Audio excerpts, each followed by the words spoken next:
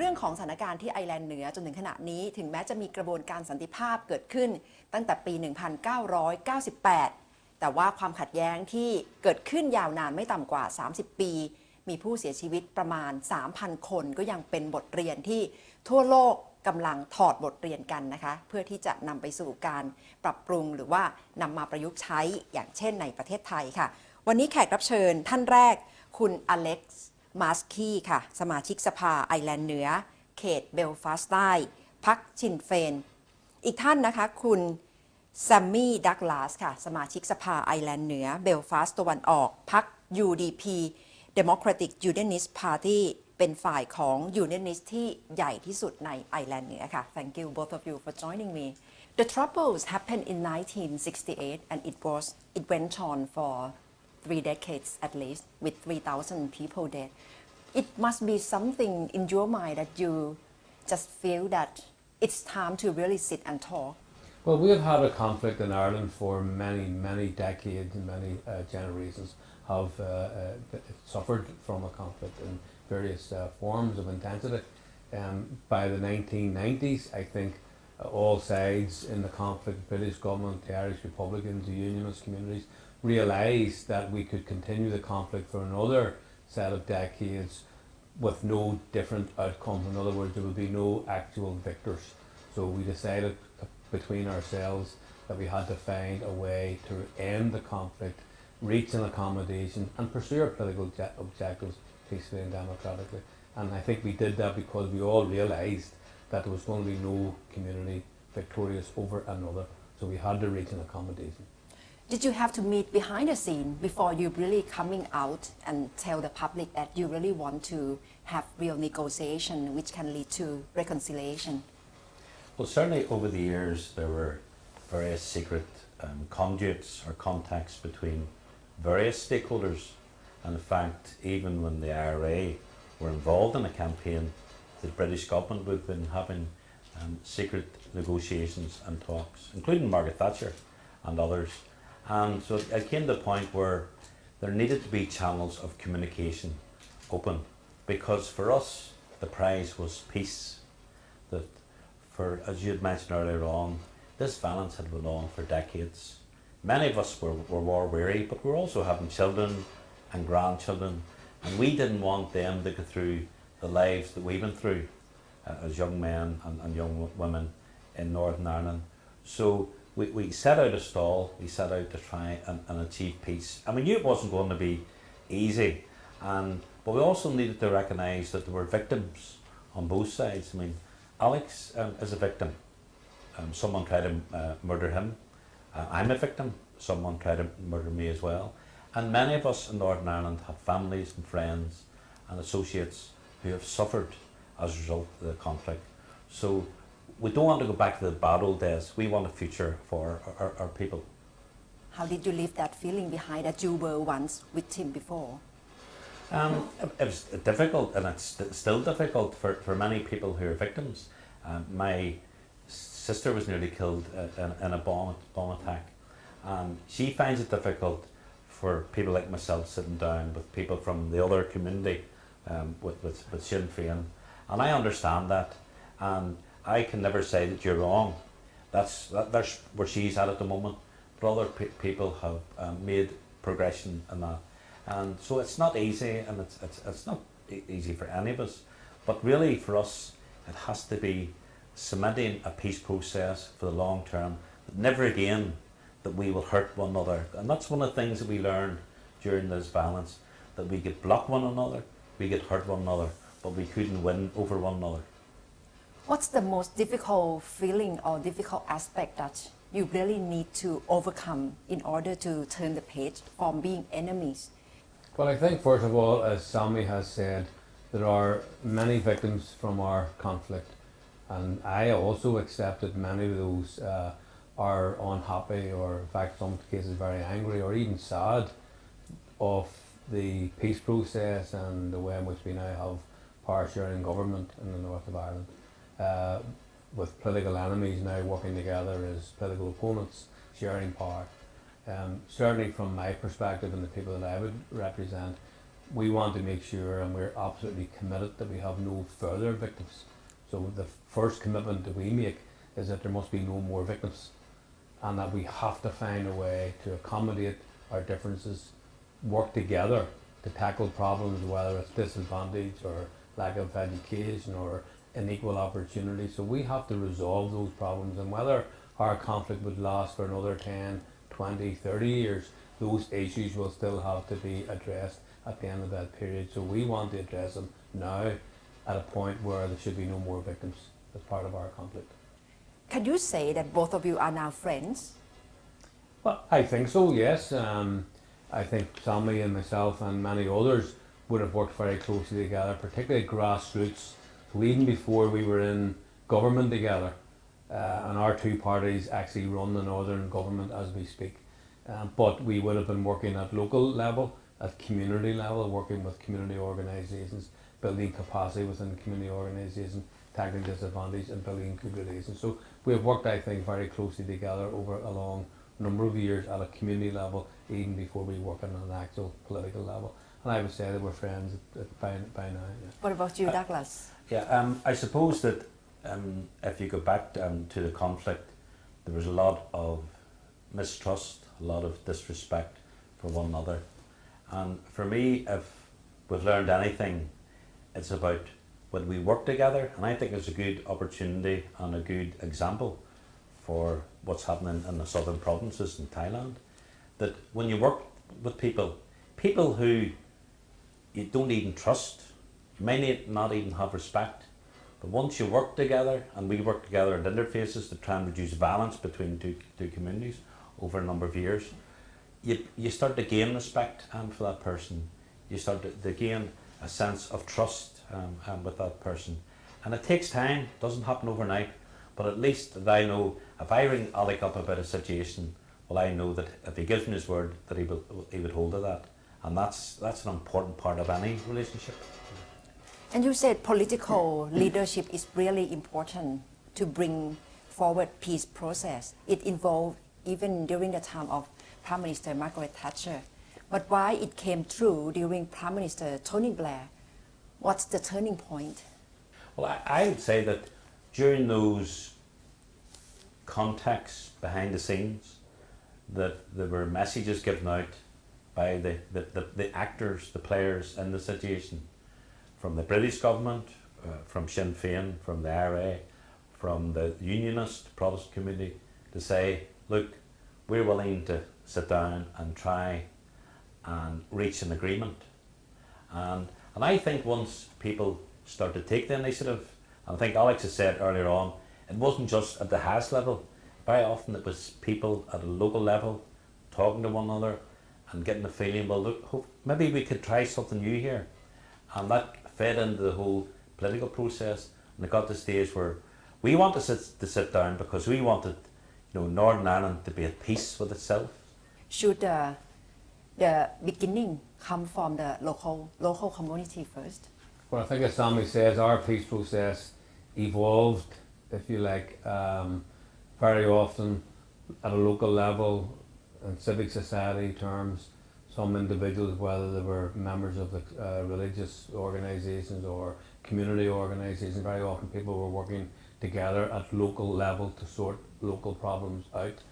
Of course, the main players, the main organisations, governments have to make the final decisions and the major decisions, but they would be supported by people at grassroots level who want a better way forward, who want an end to conflict and political instability. Our peace process evolved to the point where when Tony Blair was elected as Prime Minister of Britain in 1997, his predecessor John Major didn't have a majority in the Westminster Parliament, and therefore whilst he had engaged with the Republicans, he wasn't able to bring that to a successful conclusion. But fortunately we also had a simultaneous parallel contact with the Irish government, with members of Sammy's broader community. So we had the good fortune that we had people like Tony Blair, the Irish Taoiseach at the time, Albert Reynolds, and even President Bill Clinton elected in the US, people who were willing to take risks. They were political leaders over and above others perhaps who were prepared at government level to actually take political risks to go for the prize of peace, as Sammy outlines it as. So we were fortunate that there was a lot of work at ground level to underpin the prospects for a peace process, which the major players of course had to develop formally. This time have you visited the south of Thailand, deep south of Thailand? No, we haven't yet. I mean, in the last number of years, we have spoken to some people from the south of Thailand area. We're very sensitive to the concept of sovereignty of the Thailand people and the Thailand government. So therefore, we are very conscious that our role is not one of imposing ourselves on people in Thailand. We only have our own experience of our peace process to offer anyone in this country who wants to listen. And I suppose what I would say is that during our own peace process, as Alex has outlined, we needed help and support and guidance. And he's mentioned a number of those people, including President Bill Clinton and George Mitchell, his envoy. But it would have been difficult, and I would have found it quite hard to accept. You know, people just come in and start to talk to whoever they wanted. And that's not what that we're here for. We're also here to learn as well. And it's sad that I was on the internet and reading about coming to Thailand, and it said that Bangkok's okay, but just watch the southern counties or provinces Yes. as such. Yes. So hopefully, I mean, this is a beautiful country, and I would personally love to go and visit the southern provinces at some stage, just as a visitor, as a tourist. Devolution in 1998. What's the difference now? Has it very much improved the situation after this political decision to have devolution? Well, certainly we have come a long way, and as I said earlier on, Northern Ireland isn't the place it was 20, 30 years ago. Last year we had the G8 conference, all the world's leaders. Now they went to Northern Ireland because A, they wanted to go, but B, it was secure, and that they realised that Northern Ireland is moving ahead. At a political level, we have difficulties. I'd be first to admit that. There's an impasse at the moment, but we've been here before. I mean, the early assembly collapsed, and then we had to sit round the table and renegotiate, and we're back in government with Sinn Fein. But it's like every political process and peace process, that there's always humps and bumps in the road. And as I said at the KPI seminar earlier on, that I remember talking to some of our colleagues from South Africa. I was saying, this is 8 years ago, 9 years ago, we've come to an impasse. It's going to collapse. Everything's going to go belly up. And then he said, look, we were in the same situation. Times when we felt the South African peace process, it's going to collapse. Bumps in the road, we'll never get over them, but you eventually get over them. And we've been through much worse, and we've come to a point now that I think we're starting to mature as a community, because don't forget, for decades we had direct rule from England, from Westminster government, so we didn't have the experience of actually ruling ourselves. What have carried on the negotiation process, the peace process? Because I guess it must be a very fragile process when you move along. First of all, I mean, we're all political activists, and therefore we have our own political objectives. For me and my party, our work has to be about delivering on the Good Friday Agreement. The Good Friday Agreement, as you know, reached an accommodation across a wide range of issues, from the Constitution to policing and justice to building a society based on equality and protection of human rights. All of those are fine words, but in order to implement that and to make it a reality, that's where there's a challenge. And so therefore we have found implementing the agreement and aspects of the agreement is where the difficulties lie. We have a process at the moment which is in some political difficulty. We have to resolve that, because we are determined to make sure we have no return to the conflict in the past. And what's the situation of IRA at the moment? Are they really disarmed? The IRA is disarmed, its organisation. The IRA, as we say, has gone.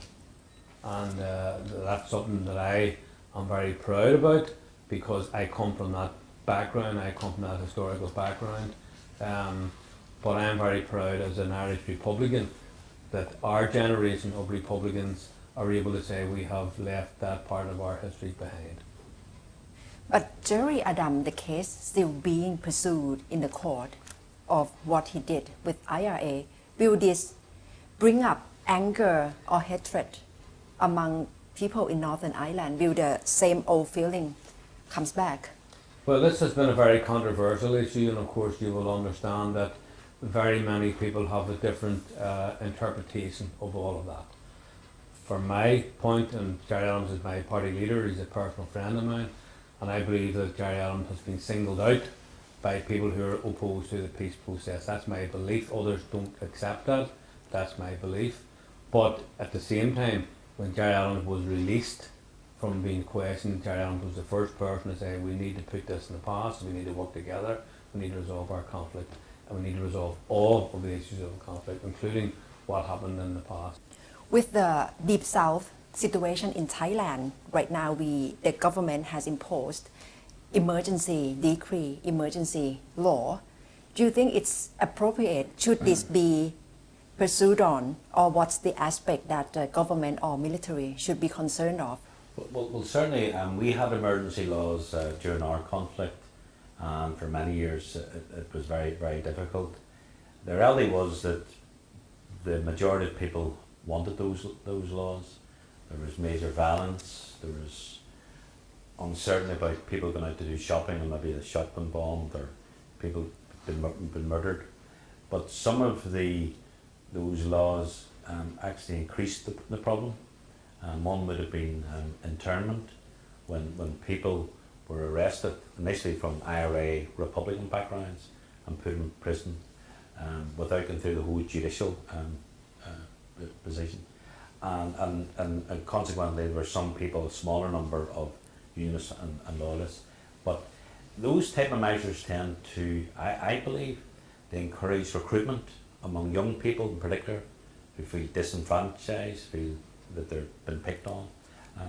So for me, there comes a time when if you really want to make peace, you need to have a sense of justice, sense of human rights as part of the whole overall package. But I can understand when governments do take those actions, because very often the communities are calling for that because they want that sense of security. Our problem we identified as a political problem. So the military solutions, whether it was the armed campaign or whether it was the British, if you like, military apparatus and judicial activity, repressive measures, none of that worked. And our view was that we have a political problem which requires a political solution. In our circumstances, that meant that we had to find a way to end the IRA campaign and the activities of other paramilitary organisations. We also had to have the British to demilitarise their weaponry and their fortresses and their troops. So some of that came before the Good Friday Agreement. So for example, we had the IRA and Loyalist ceasefires in 1994. We had British troops then started to come off the streets, out of the communities. After the Good Friday Agreement, the IRA and other organisations disarmed their organisations. British demilitarised, took away their forts, sold many of the land then back to the community for community development. So there was a process of taking weapons out of use, demilitarising the situation and bringing about change to the policing and justice environment, which was policing a civic society or civic policing rather than policing as a paramilitary force. So for us the lesson had to be that we had to remove the violence, but the violence is in many forms. The violence also includes injustice, and you need to remove all of that. I assume that from Unionist Party perspective, you have gained much more economic advantage and social advantage over people from IRA or opposing camps. What do you think you have to release power in order to enter negotiation? Yes, well, part of the agreement was that we would actually sit down and share power, which was a new thing for all of us. And again, this was in the context of a bitter war in a sense, where thousands were killed. The IRA killed over 2,000 people. Loyalist unions killed over 1,000 people. So it was that context, and as I mentioned earlier on, it also the likes of victims as well, people who didn't want, you know, an agreement between the IRA or Sinn Fein and the DUP and the Loyalist paramilitaries as well. So that was a very difficult situation. But for us, the prize was that there would be initiatives that would help the unionist cause, and one of those things was that the Irish government had a claim on Northern Ireland for many years. It was called Articles 2 and 3. So as part of that, they removed that. But the biggest prize was that the IRA gave up the balance, and the Loyalists consequently gave up the balance as well. And that was the thing that we were able to share power, we were able to give power across the table, because we were all benefiting from it. You said the most important thing is justice from the whole process. Do you mean amnesty to every party involved? Well, my party's never called for amnesty. I make the point that people talk about peace. But peace is not just the absence of violence, because in our circumstances we had injustice on a number of levels throughout our society, and for me that's violence in another form. So, you know, in order to remove, in my opinion, to secure peace, you have to secure a just peace. In other words, you have to have equality, human rights protection for every citizen. The question of amnesty, we have never sought an amnesty, but certainly in the Good Friday Agreement, we had an early release programme for prisoners, for example, if they were members of an organisation which was involved in the ceasefire and involved in the peace process. So we had several hundreds of political prisoners released as part of the Good Friday Agreement. And the vast majority of those prisoners support the peace process very much so, and continue working today to support that agreement. So we're not asking for an amnesty. What we do believe is that there should really be a process of truth and reconciliation. In other words, conscious of the many victims, most of whom have never had any justice, and most of whom are not likely to get justice in terms of having someone convicted for the attack or killing of their loved one, that at the very minimum there needs to be a truth process which would allow families who have lost someone in the conflict to at least know why or how it happened or why it happened, and so on.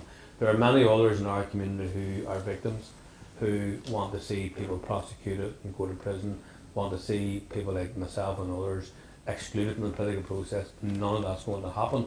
So we need to have a process which we are currently trying to negotiate our way through. So Sammy's party, my own party and others are trying to reach an accommodation on how we address the legacy of our conflict. That's a difficult one. That's one we could not agree on Good Friday, and we still need to deal with that because that's what's one of the causes of our current impasse. What about you? How do you think justice can happen?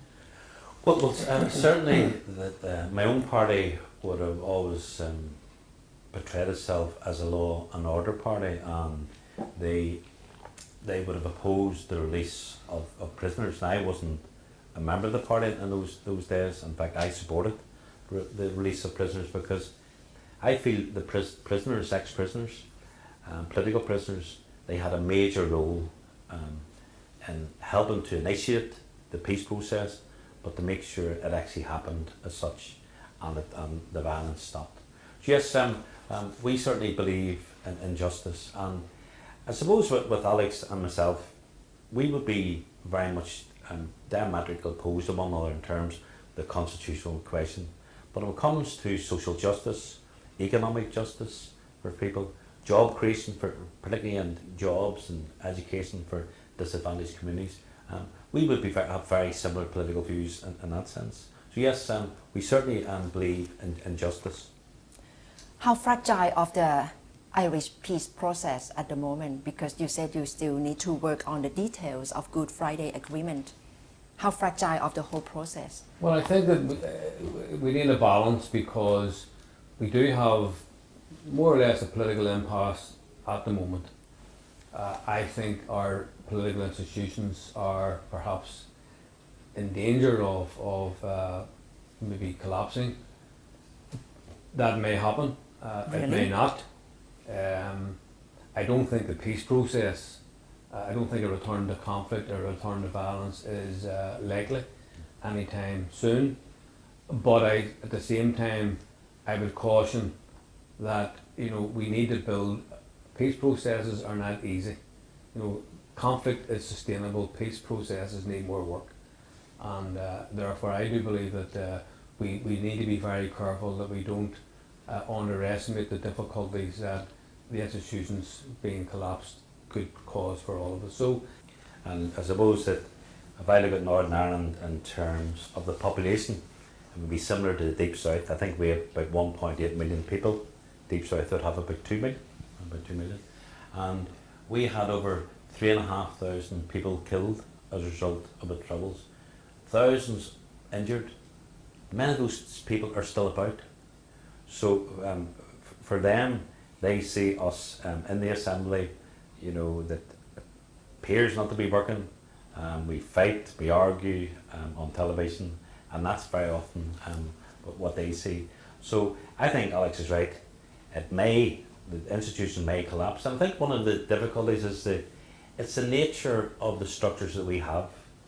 And it was necessary at the time where we had all the parties together in coalition government. But the problem at this point in time is that obviously there's a lot of hurt and anger, even among the parties. People are traumatised, including politicians. So we don't get on, we would argue, and one of the problems is that Alex's party can block us, we can block them, we can stop things happening. And unfortunately that is what has happened. But that structure came from an agreement at St Andrews. Maybe we need another type of St Andrews to sit down and say, well, that was important for the time, for such a time as this. Maybe we need new structures. I believe we do need new structures, because one of the things we don't have at this point in time is, unlike any other democracy that I know, we don't have an opposition. We have a government, but we have no opposition. Thank you very much, Mr. Maskey and Mr. Douglas for joining. Thank you very much. ทั้งสองท่านย้ำนะคะว่ากระบวนการสันติภาพจะต้องเดินหน้าและปรับเปลี่ยนไปตามสถานการณ์ไม่มีอะไรตายตัว และจะประมาทไม่ได้ค่ะต้องอาศัยความร่วมมือจากทุกฝ่าย เพื่อที่จะเอาชนะอุปสรรคร่วมกันค่ะและทั้งหมดคือตอบโจทย์และที่นี่ไทย PBS สำหรับคืนนี้ค่ะดิฉันณัฐฐา โกมลวาทินสวัสดีค่ะ